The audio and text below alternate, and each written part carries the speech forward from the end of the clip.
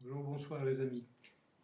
Voici encore une vidéo sur partage des accompagnements que je peux faire. Et aujourd'hui, je vais vous parler de la thérapie de l'instant et du langage des oiseaux. Alors, le langage des oiseaux est une des façons que notre cerveau utilise pour lâcher la charge de stress. Les langues qui se prêtent le mieux au langage des oiseaux, je vous expliquerai après qu'est-ce que c'est l'hébreu et le français. Eh oui, c'est la capacité de jouer avec les mots. Alors, je vais appeler celui qui est venu me voir le fou dansant. J'espère qu'il ne m'en voudra pas. Et il est venu me voir en me racontant qu'il accompagne aussi des personnes et il a une fenêtre spirituelle et il aime bien, parce qu'il a découvert ça, je crois, il n'y a pas longtemps, il aime bien amener les personnes dans l'absolu sans nom, dans l'infini, dans l'unité. Et il fait la formation, il en est au niveau 4 qui traite du projet Sens, et avec le projet Sens, il y a certaines informations à demander aux parents. Et il me raconte qu'il a la difficulté d'aller chercher les informations auprès de sa mère, et il me demande de l'aider à éclairer ça, à partir de son inconscient et à partir de l'activateur difficulté de demander un moment. Et mon petit doigt me dit non, non, c'est pas ça qu'il faut regarder. Et je lui dis écoute, je te propose de plutôt partir du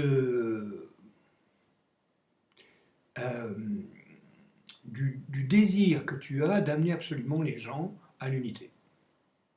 Donc je propose l'activateur qui veut amener absolument l'autre dans l'unité.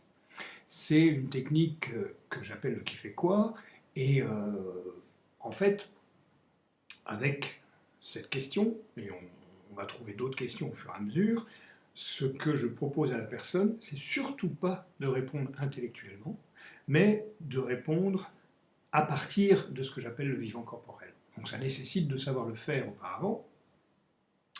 Il faut savoir que la logique intellectuelle et la logique biologique n'est pas la même. Donc quand on se met dans le vivant corporel, on va répondre à partir de cette logique. J'en parlerai dans une autre vidéo.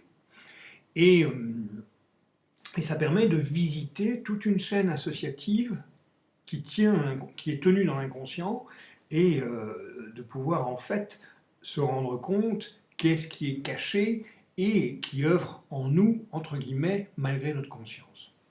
Alors donc, je lui propose de laisser la réponse venir de son vivant corporel à partir de la question qui veut amener absolument l'autre dans l'unité.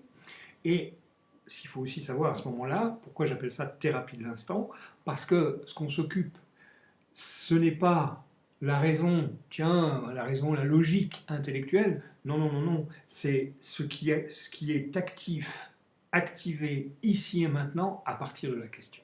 Donc c'est un petit peu plus complexe, mais faisable, complètement faisable, et à partir de là, la personne s'ouvre à son inconscient et laisse son inconscient venir à sa conscience. Alors, qu'est-ce qu'on trouve avec le fou dansant? Eh bien,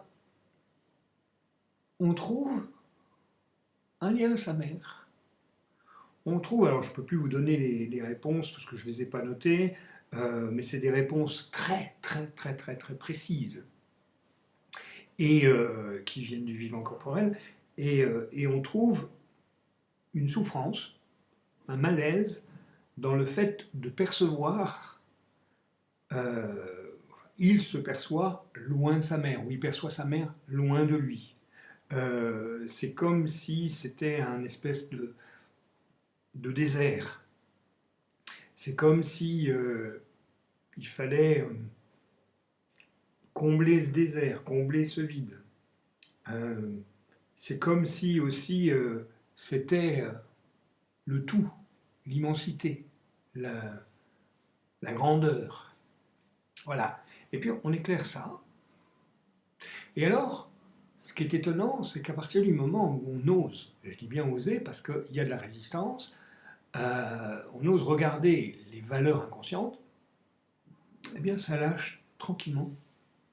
Ça demande aussi de les vivre dans sa chair, de vivre les réponses, et on croit que c'est difficile, on croit que ça va faire souffrir, mais c'est faux. Ce qui fait souffrir, c'est de maintenir la résistance, parce que en maintenant la résistance, quand l'information monte, eh bien la résistance, pour empêcher de conscientiser, envoie des signaux de douleur, de souffrance. Et à ce moment-là, on se protège et on bloque. Si on ne bloque pas, si on laisse venir, l'information change. Dans la plupart des cas. Et des fois, ça peut être un amalgame assez ténu, un nœud psycho-émotionnel assez costaud, et à ce moment-là, il faut défaire le nœud. Voilà, donc on fait ça. Ce qu'il faut comprendre, c'est que, je vous ai parlé de charge de stress tout à l'heure, ce qui stresse, dans ce cas, c'est chercher l'unité, c'est la perte de l'unité. Alors, c'est tout ce qui est accumulé qui fait penser que mais je ne suis pas un, je dois faire quelque chose afin de pouvoir retrouver cette unité, alors qu'on ne peut pas la perdre. Donc à la fin de ce questionnement, je lui demande bah, alors comment tu te sens? Il me dit oh, bien, je me sens plus léger, ce genre de cas. Et je le regarde. Ce qu'il faut savoir aussi, suivant le cas, notre structure de survie va orienter notre ego vers deux styles de perception. Soit ce qui est agréable à l'esprit, ce qui permet de ne pas conscientiser ce qui est désagréable, d'accord? Soit le contraire, ce qui est désagréable, pour rester dans le contrôle. Et à ce moment-là, on ne veut pas voir ce qui est agréable. Dans ce que j'ai pu remarquer, quand on ose aborder les deux, le plus, le moins, il y a une présence qui vient, et on peut se défaire, il y a une liberté sans nom qui arrive, on peut se défaire de cette attache, de cet attachement, de cette dépendance affective à soi-même, à ce qu'on pourrait appeler soi-même.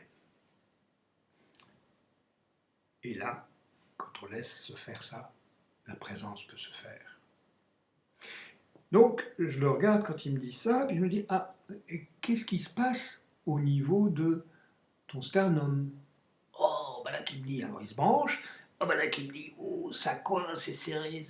J'ai dit, ok, dis bonjour à ça, accueille ça. Et comme ça me vient l'idée, je ramène aussi vers les côtes, et je lui dis, quand la mer, dans son immensité, son inconnu, procure un malaise à son état d'esprit, alors il faut se rattacher aux côtes. Il faut que les côtes soient bien solides, bien visibles. Il faut qu'elles nous ramènent à soi.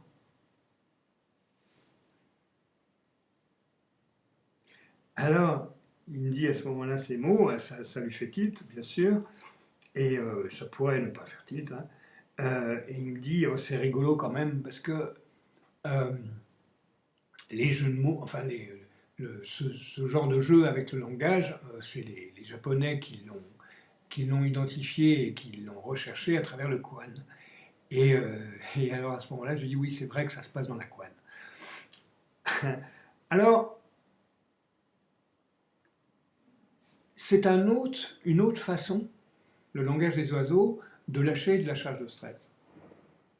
Ce qui se passe, c'est que, c'est un transposé, hein, c'est que le cerveau, à partir du moment où on garde quelque chose en soi, des informations en soi, sans vouloir les conscientiser, et si on les conscientise, ça monte, dans un premier temps, la charge de stress, eh bien, il y a du stress qui s'accumule. Donc il faut gérer cette accumulation.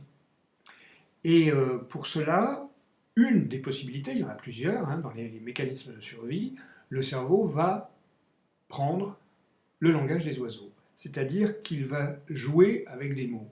Je vais vous donner un autre exemple. Une fois, j'ai travaillé avec quelqu'un qui était dans une famille où elle ne se sentait pas avoir sa place, et elle ne se sentait pas elle-même, et elle avait à la gorge un kyste. Et alors, attention, ça ne marche pas avec tout le monde, il faut que ça soit le langage de la biologie. Avec elle, c'était le langage dans sa biologie, et je lui ai dit, qui est-ce te? Qui est toi? Donc, le stress de ne pas savoir qui elle était, de ne pas savoir prendre sa place, se jouait dans ce kyste, à la gorge, où elle avait d'ailleurs du mal à s'exprimer auprès de ses sœurs. Voilà. Alors des exemples de langage des oiseaux, il y en a plein, mais sachez que c'est quelque chose que notre cerveau utilise. Voilà. À la prochaine. Au revoir.